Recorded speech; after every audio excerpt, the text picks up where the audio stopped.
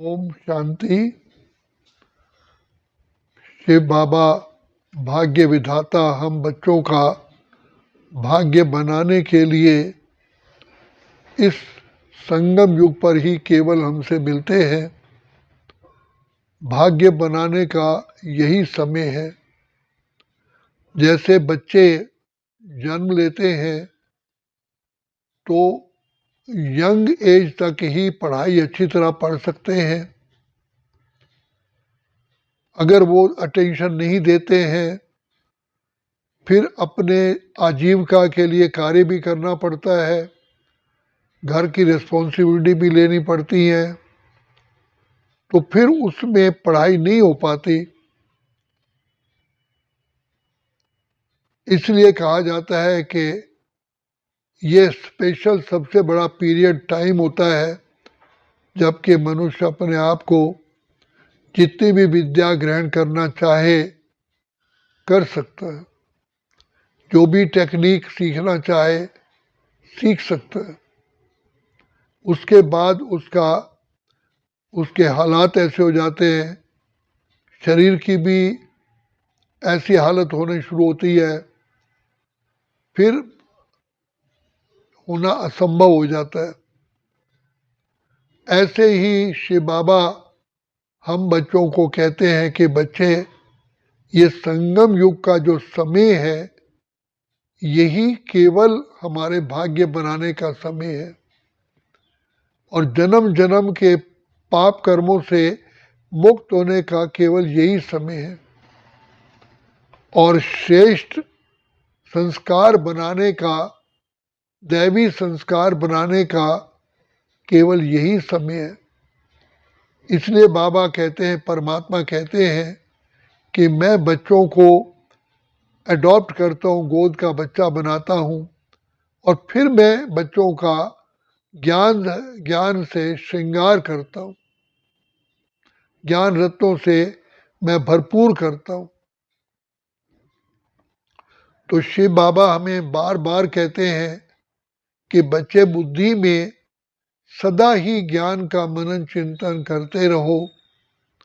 जितना आपके बुद्धि में श्रेष्ठ विचार, पॉजिटिव विचार रहेंगे, उतना ही आत्मा के पिछले जो किए हुए संस्कार हैं वो शीघ्र ही परिवर्तन होते हैं। तो परिवर्तन करने का, नए अपने जीवन बनाने का केवल यही एकमात्र समय है और पिता परमात्मा की शक्तियाँ, पिता परमात्मा की दुआएं, पिता परमात्मा का आशीर्वाद, पिता परमात्मा की शक्तियाँ इसी समय ही हमें मिलती हैं जबकि भगवान पिता परमात्मा हम पर कुर्बान होते हैं। क्योंकि जैसे माँ बाप बच्चे की सेवा पर उपस्थित होते हैं, शिव बाबा भी कहते हैं कि बच्चे मैं तुम्हारा ओबीडेंट सर्वेंट हूँ। तो प्रभु पालना का हमें केवल इसी समय ही चांस मिलता है। तो बाबा परमात्मा हमको बार बार कहते हैं कि बच्चे, ये समय तुम्हारा बहुत, ये जीवन का समय, श्वास बहुत अनमोल है। एक एक श्वास में पद्मों की कमाई जमा हो सकती है और होती है। इसलिए हमें बुद्धि में रखना है कि मेरा कमाई का समय केवल यही है, फिर तो शक्तियाँ खोना शुरू हो जाएगा। समय यही है जबकि मैं अपना भाग्य बना सकता हूँ, फिर कभी भी भाग्य नहीं बना सकते।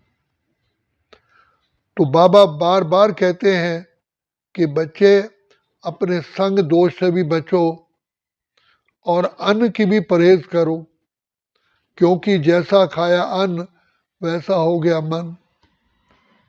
तो संग का भी as the company so the colour.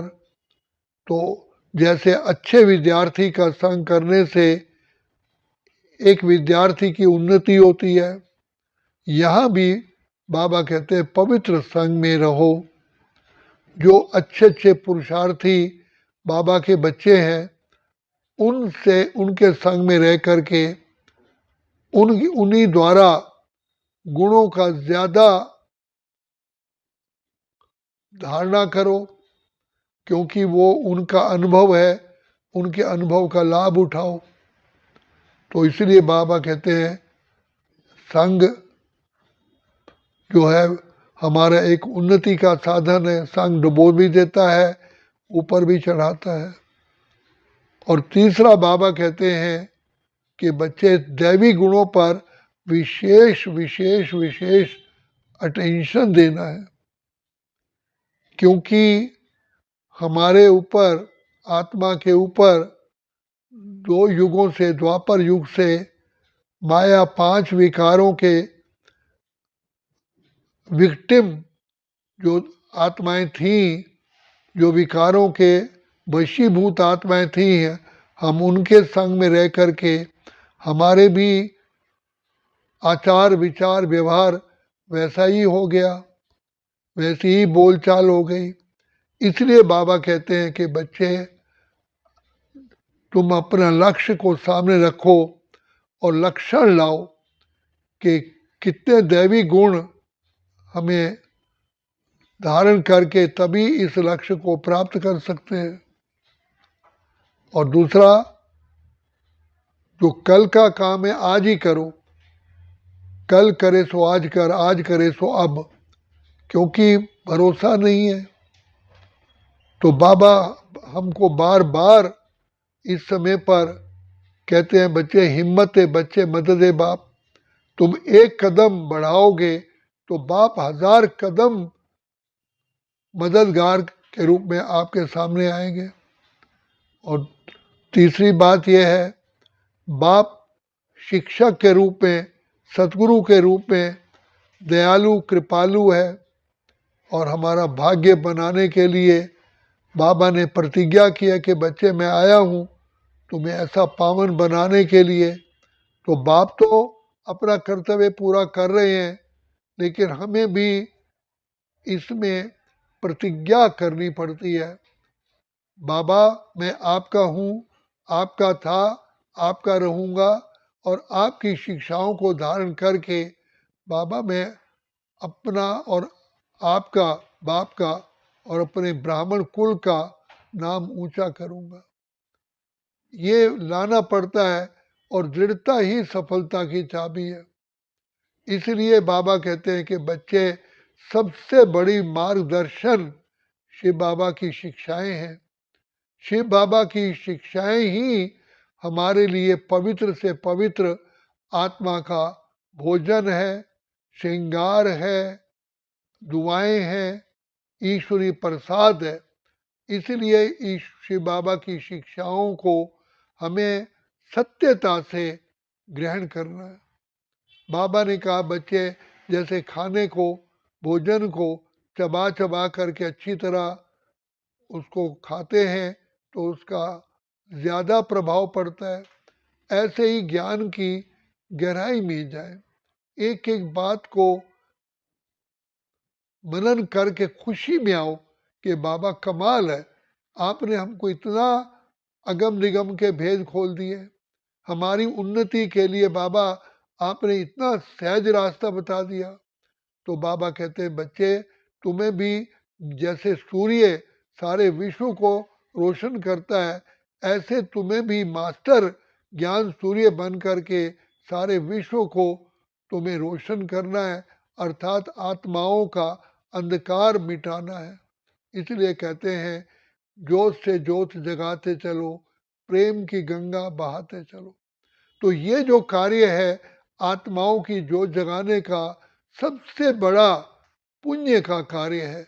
इस पुण्य के कार्य से हमारे आने वाली परेशानियां दूर हो जाती हैं, इनका इतना प्रभाव पड़ता है। इसलिए कहा कि दूसरों का दुखड़ा दूर करने वाले तेरे दुख दूर करेंगे राम।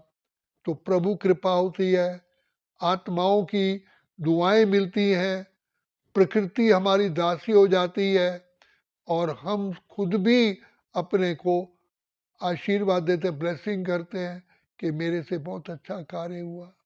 तो बाबा हमें बार बार कहते हैं कि बच्चे हर बात के अनुभवी मूर्त बनो, बाप की गोद में बैठे रहो।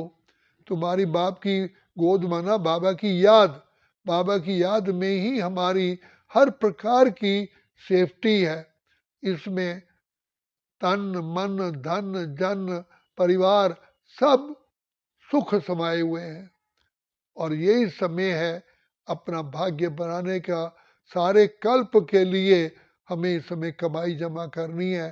खास 21 जन्म 2500 वर्ष तो हम शिव बाबा की छत्र छाया में रहते हैं, अर्थात शिव बाबा के दिए हुए वर्षे का हम आनंद लेते हैं, प्रारब्ध पाते हैं।